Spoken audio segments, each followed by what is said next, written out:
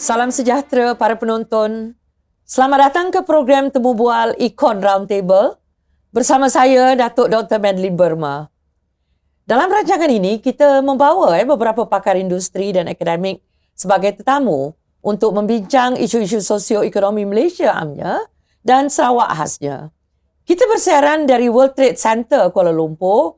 Bersama saya adalah Datuk Dr. Muhammad Daud Bakar dan Encik Joaquim Sebastian untuk membincang e-commerce. Selamat datang Datuk. Selamat datang Mr. Joaquim. Thank you. Okay, today we are going to discuss on e-commerce. One of these really, since the COVID, everybody's talking about gig economy. People talking about e-commerce, and we see a lot of programs that the government has been, promoting, mempromosikan program untuk dikatakan untuk diangkat sebagai program untuk membantu semasa COVID ini. Kalau Datuk boleh bincangkan situasi semasa ni, bagaimana tu? Berkaitan dengan e-commerce. Terima kasih Datuk Dr. Madeline Burma atas jemputan pada pagi ini. Satu siaran yang cukup menarik kerana ini berkaitan dengan masa hadapan kita. Betul. Masa hadapan satu perkara yang pasti datang dan kita sendiri melihat bahawa rakyat Malaysia dan juga dunia umumnya sudah bergerak ke arah cara shopping yang baru, cara pembelian yang baru. Sudah tidak mahu pergi ke shopping center, apatah lagi dengan ada social distance, physical distance punya larangan-larangan. Jadi e-commerce merupakan satu alternatif yang cukup menarik yang membuka satu peluang kepada semua peniaga dan juga pembeli. Satu platform menemukan mereka dalam alam maya dan juga memberikan satu kepuasan untuk mereka melihat, untuk meneliti dan juga membuat keputusan secara yang lebih berhimah tanpa menghadirkan diri secara fizikal di tempat tersebut. Ini merupakan satu cara yang agak baru pada masyarakat kita. Saya sendiri pun sudah tidak membeli di shopping center secara peribadinya. Sejak COVID ataupun? Sejak COVID.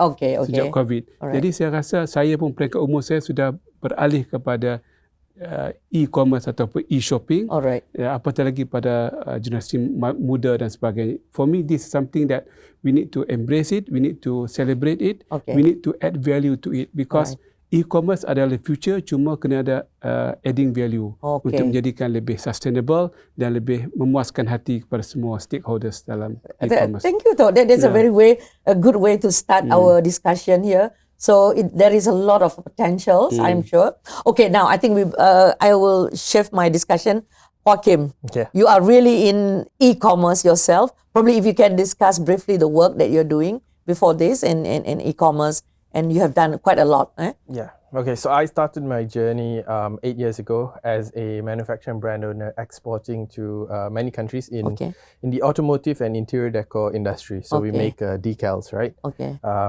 We grew our company on e-commerce on the export platforms, and we were very lucky to say that we started on e-commerce purely. So we do not have retail presence. 4 years in the journey, we decided that look, what we do for ourselves, we can do for brand owners around the country and around the world. And that's where Everpeaks was born. Right?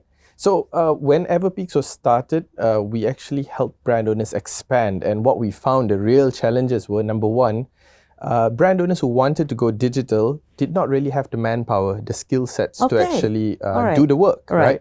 Number two, they did not have the understanding of what digital truly means, right? It can be something that's general, but to execute a robust e-commerce strategy, you really need to know yang bahagian dalam-dalam ni tau. So not just the external points, dia punya the skill sets, the task processes, each platform ada caranya untuk membangunkan sales dalam platform tu kan. So there's a lot of nuances there. These are the challenges that they face.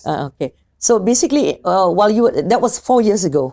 4 years we started the journey, and then 4 years as an enabler in the ecosystem as Everpeak. So 8 years. All right. So that's quite an experience that we've been through. Okay, Datuk. Kalau kita lihat sekarang tadi Datuk mengatakan kalau dulu orang tu membeli secara face to face, So ini dah seolah-olah macam satu peralihan. Maybe dipaksakan juga oleh COVID jugalah. Probably if it has not been for COVID, probably circumstances. Circumstances. what was the first thing that came to your mind, Dato'? You're in business. In terms of your own business, have you shifted towards e-commerce or you are still thinking about it? Saya mungkin berbeza dengan saudara panelis sebab saya bukanlah e-commerce player. Saya adalah ekosistem dari e-commerce kerana saya banyak melakukan big data analytic AI kerana e-commerce mereka dealing dengan ramai pelanggan di luar sana, tapi mereka perlukan big data untuk menganalisa profiling of the customer, barang akan disimpan, akan dihantar, jam dan masa transportation, semuanya akan dianalisa berdasarkan dia punya stream yang tertentu supaya dapat kurangkan kos, kurangkan kos pengangkutan, kos manusia dan sebagainya. Kerana e-commerce melibatkan satu aset yang besar. Tidak tanpa ada big data dan AI, dia akan lebih rugi lagi. Dia akan melibatkan kos yang tinggi. Sebab itu kembar kepada e-commerce adalah big data. Dan so saya terlibat dengan big data. So it's really knowledge driven Knowledge dan juga pendataan. Without having the right data analytics, e-commerce cannot be a successful venture. Now, in our country, in terms of your assessment, are we there in terms of not data? Really. Big data is something new. Even Amazon, they need a big data a lot for them to do the transportation, river transportation. Bila lori keluar, bila balik kosong rugi. Menyebabkan pollution. Make sure bila balik semula ke Kelang, ke tempat itu, sudah ada barang lain yang boleh diambil all of the way. Perlukan data, masa, time dan juga dia punya checkpoint tertentu. Itu perlukan pada big data yang accurate. So that is where your business is, one of your many businesses. Okay. So when you all first started, like you said, the challenge that you faced was manpower, human capital. So beside human capital, what was it? He was talking about big data. What about in terms of your business? Well, for us, challenging part about any SME, masa nak mula-mula dulu is modal kan? Modal and typical lah. Any business needs financing kan? And I think that's something that a lot of companies right now are struggling because of COVID. They can't collect, they tak boleh buat business, they tak boleh. So that is one of the issues that they're facing. New startups are going to find it really difficult right now. Other difficulties that we faced was actually talent, like manpower, specific skill set. I'm sure Dato' would have the same issue with big data at the start when you're such a new field over in Malaysia. You don't have a pipeline of education that brings talent to the path to the consumers like companies like us. So we had to hire and train in order to build that skill set. Now, maybe ada lah. So manpower, resources like finance, and then of course, global infrastructure. I think that we got. So kita sudah baru kata orang baru permulaan tu. So take off. Belum take off lagi. So kita kembali selepas ini untuk membincangkan dengan lebih mendalam lagi tentang e-commerce di Malaysia.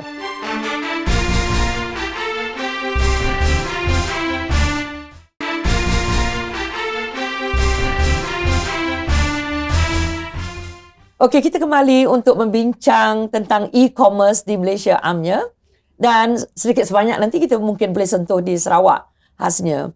Datuk, tadi ada disebut tentang kita baru nak take off tadi tu So kita dengar there are some challenges. Joaquin was telling about capital and human capital antara masalah, dan Datuk you mentioned about big data. So this is really something, I don't know whether we want to call it something new, but people have been talking about it for IR lah, big data lah. Dalam e-commerce ni, kalau kita nak lihat Datuk, in Malaysia, di mana kita kalau for example in terms of big data ni? Saya rasa pada pandangan saya, big data masih lagi agak eksklusif kepada sebahagian syarikat, bukan semua syarikat. Arti untuk menjayakan e-commerce yang lebih demokrasi di konteks Sarawak, Sabah dan juga Malaysia, kita kena menjadikan big data itu satu keperluan untuk semua orang. Yang boleh macam Asia, everyone can fly. In the case of e-commerce, everyone can have big data.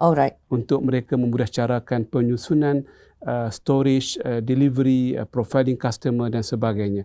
Sebab itu kalau boleh saya nyatakan dengan bahasa yang mudah, pihak kerajaan mungkin dan pihak MDEC dan juga pihak-pihak yang ada pegang taruh untuk menjayakan e-commerce di Malaysia, mungkin mereka sibuk dengan modal, dengan talent, dengan kepakaran on the ground. Tetapi yang ke atas sana big data itu biarlah pihak kerajaan membantu supaya mereka boleh download teknologi big data dan mereka boleh masukkan data mereka, modal pekerja mereka, sumbangan sale mereka, revenue mereka dan profiling customer. Biar mesin itu menolong mereka membuat perancangan untuk hari besok dan seterusnya. Jadi itu yang saya harapkan supaya pemegang teruh di Malaysia membantu. The stakeholders membantu e-commerce. It's an ecosystem.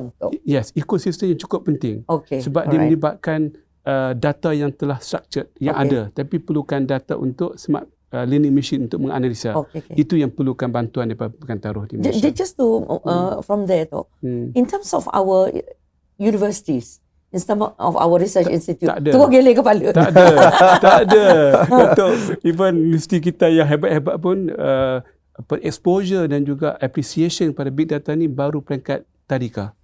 Wow. Ini sangat mungkin satu dua universiti yang agak lama macam UTM tapi masih lagi berbentuk akademik, bukan berbentuk yang trendy seperti yang dilakukan oleh Amazon, oleh Alibaba dan sebagainya. So kita sangat jauh lagi. Tapi banyak peluang. Tapi benda tu dah ada di luar negara, boleh di-assemblekan dan jadikan produk Malaysia dan digunakan pakai oleh semua e-commerce di Malaysia. Alright. Now, Joaquim, do you concur with Dato' in the sense that he said that we are at a kindergarten stage? Yeah, I believe in utilization and the skill set, right? Dia punya skill-skillnya to utilize big data ni tak ada lagi dalam SME kita. They're so far away from using big data in the first place, understanding what it is, and actually collecting good data. Collecting good data pun big problem. So yeah, we're still quite far away, like for e-commerce in terms of using big data. Number one, we're 30 million population, so our data needs to be aggregated daripada, not just a Malaysian point of view, but a Southeast Asian point of view, and then a global perspective. You are into the global business very much, yeah? Maybe if you can share the experience from other countries, what they have done and how they have done it. Well, one of the main platforms that we work on is Amazon, right? So we're the first Southeast Asian Amazon service provider, and we help brands actually onboard and grow on Amazon. And we are also an eBay channel partner, right? So these are the two big platforms. They use big data in terms of determining what kinds of products work, which kind of consumers want to purchase these products, and then finding the way to match the product with the consumer. In the end, that's it. It's a very simple application.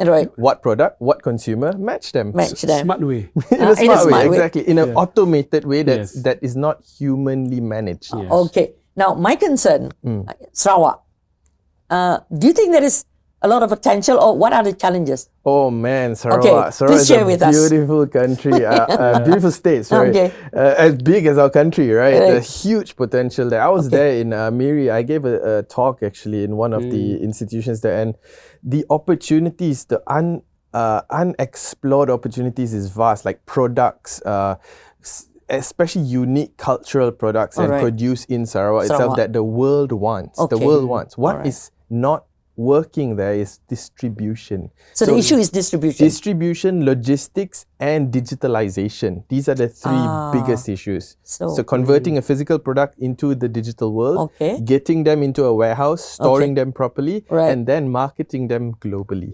These are the three just the three things. Simple. I don't think it's that simple. It's simple to say, but not easy to execute. Not easy to execute, right? Now, well, when you talk about e-commerce, we were before this we were discussing the language. One of the biggest challenge, is in English. So how do you see that? Well, as a country, I think we've not placed great importance on capacity and the understanding and the execution of the English language. Now, that doesn't take away anything from Bahasa Malaysia, mind you. Bahasa Malaysia is something we should be proud of, and kita kena belajar, kita kena bercakap, right? We have to know. But to be globally competitive, English is the lingua franca. If you want to work with Amazon, you want to work with eBay, kalau nak bekerja dengan syarikat-syarikat e-commerce gegasi di dunia, you have to learn English. If you don't, you limit yourself. Itu je. So like right now we need to address that gap, but as an interim measure, find service providers like us who are in existence everywhere to help you measure that gap at the start. And then masih belajar, then you pick it up, then you take over and run it and grow, right? So I like the fact that you said there's a lot of potential, especially for Sarawak. Huge potential. Sabak Sarawak, massive potential. All right, this is something that I really, I love to hear that. Well, I was in Kundasang, man, and there was like, wow, there's stuff here. Perhaps the good mantra would be, you know, the bigger the country is, the better for e-commerce. Oh, really? Okay. Because it can cut cost of the transportation and human resources, because people need to cut the cost effectively nowadays. Right. By having the e-commerce, and perhaps when we plug in the drone in the future, yeah, definitely, it can solve a lot of problem of and that's the last mile, yeah. the last mile transportation, they call it. Yeah. Definitely. Itu yang saya sedang terfikir ya. Okay, yeah. Sarawak and Malaysia lah for that matter. We have gone into the digital economy. The government has launched the digital economy blueprint and things like that. But I'm still thinking about my relatives di luar bandar ni tu. You know, how can we get them on board? Don't underestimate them. All right, I like that. Don't underestimate them. What do they need to do? We have to go to Sarawak first. Okay. And see the data, how many Sarawakian are using the whatever data we have, and what are they buying and purchasing at the moment. From there, we know the market already. We are connected. Malaysia is what, 1.2, 1.3 handphones per user. Yeah, one of the highest. In the highest mobile penetration in Southeast Asia. Yeah, so we're connected. Just learn how to connect them. Alright. Kita satu diskusi yang begitu menarik sekali, penuh dengan pandangan yang begitu positif. Optimism masa depan. Okay, so kita kembali selepas ini. So kita akan membincangkan e-commerce laluan ke hadapan. Kita kembali selepas ini.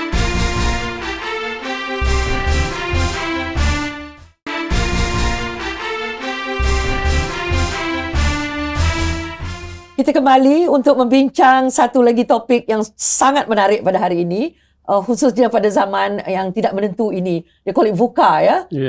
So dalam keadaan yang sangat tidak menentu ya, very volatile, uncertain dan sebagainya. Dan di sinilah ruang e-commerce katanya ya. Okay.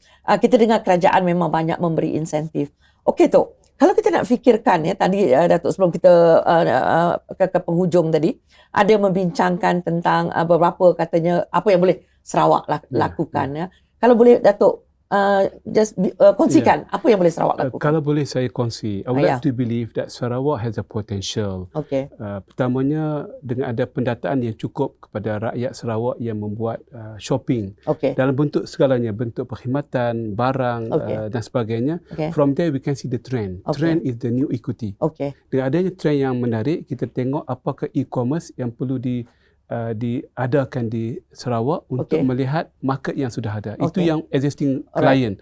Yang keduanya, apakah trend di kalangan anak-anak muda Sarawak yang melihat ke hadapan dari segi brand yang mereka suka dan sebagainya, sesuai dengan masyarakat Sarawak berdasarkan berbagai culture yang ada di Sarawak. Yang ketiga adalah satu pelancaran e-card yang sesuai untuk Sarawakian, yang situ kerajaan Sarawak boleh mengumpul data-data yang relevan. Data ini boleh dikongsi dengan e-commerce di Sarawak. Kerana itulah peranan kerajaan untuk facilitate, untuk memudahcarakan e-commerce di Sarawak. Yang ketiga dan keempat, mungkin bagaimana Sarawak dapat mengambil sikit market share daripada Semenanjung dan vice versa. Sebab kita tidak boleh anggap sebagai Sarawak for Sarawak. Kita mesti menganggap Sarawak itu memberi juga input pada Semenanjung dan juga membuat bisnes kepada Sarawak. Itulah lebih market share lebih besar lagi. Dan inilah masa depan yang boleh dibuat di kampung-kampung yang jauh daripada bandar. Mereka sudah menjadi seorang peniaga. Ini cukup menarik. Pergi di Kuching. Sangat menarik tu ya. Apatah lagi dengan kerajaan negeri sudah pun melancarkan kalau kita dengar digital economy. Dan saya ingin sebut kerajaan Sarawak, kerajaan yang mempunyai entrepreneurship mind, which is very important. Untuk menjalankan e-commerce, kerajaan juga kena berminda entrepreneur. Alright. Terima kasih tu. Now, Joaquim, why do you think that we should encourage our people to go into e-commerce? Because you started off much earlier, right? So what is it that make you, or rather decide to go into e-commerce? So just two very simple things. First thing is that scalability, right? When you on e-commerce, one person can reach millions instead of one person depan rumah ke buat kedai kan. You waiting for people to walk in, susah. When you digitalize properly, you can scale. The second thing is not just think local, not just think Sarawak, Malaysia, think global, think a part of the global pie. $1 RM4 tau. Tapi manpower cost masih ringgit kan. So the potential for Malaysians to profit from international businesses is huge because we can compete with the best of them. Alright. Of course, don't go head to head with the mega manufacturers of the world. Okay. Don't fight them in what they're good at, Right, right? right. Find something special that Malaysians do well. Right. And you do amazing. Like I had this example, I helped this entrepreneur in Terengganu. He makes pots. Okay. Dia buat ceramic pot. Okay. Dia jual kat Malaysia RM300 je. Okay. When we digitalized and expanded his export platforms, 2 weeks ago dia jual dekat US $1,500. Yeah. Ringgit. See? $1,500. So he made 4 times the money for the same product. Okay. So these are the opportunities that are available. Very simple mathematics kan? Yeah, maths. You don't have to really so much. Yeah. So cuma itulah. And on a practical sense, what the government can assist to do is to let the entrepreneur focus on what they're good at and support them by building infrastructure. So in Sarawak, what would be great is distribution hubs for e-commerce that are integrated to the marketplaces. Okay. And then being managed by specialists who know what they're doing. So orang hantar barang je, dia orang akan digitalize, dia akan store, dia akan upload, dan orang beli dia akan hantar. Tugas the entrepreneur, siapkan barang, package, hantar kat warehouse je. Right. So that would speed up the digitalization process and access to entrepreneurs in Sarawak immediately. So this is really interesting. That is one way because all my work, my research has been on poverty, rural development dan sebagainya. So I see a lot of potential in this. Definitely. The dream come true now. Yeah, dream come true. Yeah. We actually planned the To pathway. elevate the poverty. Yes. This is one of the ways. Because one of the biggest challenge, of course, Sarawak, as both of you know, the logistic, the transportation. But this one is no longer physical transportation. Tak payah fikir pasal perahu. But the government need to help on the last mile and the infrastructure. Even definitely. the German do it as a government to help the e-commerce. Right. Government need to spend a bit on the last mile punya transportation. Okay, specifically for the state, apa dia tutup? The last mile tu? Last mile basically to provide the nearby warehouse The for hub? them to deliver and for some to collect Alright. from the region. So they no need for them to go 30 kilometer away, 50 kilometer away Right. to deliver the goods. I think China did that very well. Yeah, So we they need to did invest on that. This kampung concept kan. Yeah. One Yes. kampung, one product, and Right. then they Right. executed it, and that created so much economy that Right. these rural folk they don't have access to. Kan? Right, So you give them access, and then now drone tech is up and coming. Okay. Definitely something good to do in Sabah and Sarawak sebab dia punya land, the jalan-jalan not so Of course. developed kan. So you want That's to a have big access, challenge, yes. So fly. Jadi apa yang mereka perlu? Contoh, terbayang seorang Iban dekat Rumah Panjang Nun di pedalaman Sarawak. Dia perlu smartphone. He needs a smartphone. From a smartphone, that's it. And then he needs to be able to do a certain product. Okay. And then you aggregate that product. Okay. Dia kata, okay, dia ada kawan dia dekat warehouse. Okay, I nak hantar 10 barang ni. Warehouse kata, okay, kita accept. So we need a warehouse dulu. Just a warehouse, a this is where distribution the state- center. Warehouse could be floating. It could For be, example could be perahu, could be Yeah. So kapal. it's not really a physical. Yeah, it could be bus, coach, whatever. As long as dia mudah Mudahkan. diakses. I think creativity will come in. Okay. It cannot be so. You have to be practical. Yeah, practical. You Yeah. have So to be dia tak boleh practical. buat macam zaman sekarang lah. Yeah. Fix ada orang kampung have to No, travel no way, berjam-jam. You got to make it easy for the entrepreneur to do their business, All right. right? So this is how we can promote that. I think there's a lot of course, creativity lah Just tadi. to add to what Wakim, okay. we said just now, Wakim, we need also to provide them with some basic knowledge of trending. Okay. Because they need to know the trend macam tembikar Sarawak tu, Okay. what kind of colour, the new design that people in Europe and in China wanted to know. So okay. this is something, the trend of the Exposure, world. kan? This is Alright. big data will come in. Oh, they like this Okay. colour, not that colour, this colour, not that colour. So Okay, that okay. will make the product easy to Because market. now is the market is the Yeah. global. Is it a global Barriers scale? are down. We're not Barriers- talking about selling to Kuching. Yeah. Or KL for that matter. Look at the RCEP, the Okay. Regional Comprehensive Economic Partnership. That's going to bring down trade barriers and open up the whole world. Okay. So saya rasa sangat teruja mendengar perbincangan pada hari ini. Tapi malangnya kita sudah sampai ke bahagian penghujung. So kita telah mendengar bagaimana walaupun kita ada cabaran pada semasa COVID-19 ini, adanya halangan-halangan, tetapi katanya banyak potensi ataupun opportunities, peluang yang terbuka untuk rakyat Malaysia amnya dan Sarawak khasnya untuk menceburkan diri dalam bidang e-commerce. Saya rasa masa ni memang mencuburi kita. Datuk, terima kasih Datuk. Terima kasih. So sampai di sini saja episod kita pada hari ini. Terima kasih kepada tetamu jemputan khas kita. Terima kasih kepada World Trade Center Kuala Lumpur sebagai lokasi studio kita. Berjumpa lagi pada episod akan datang.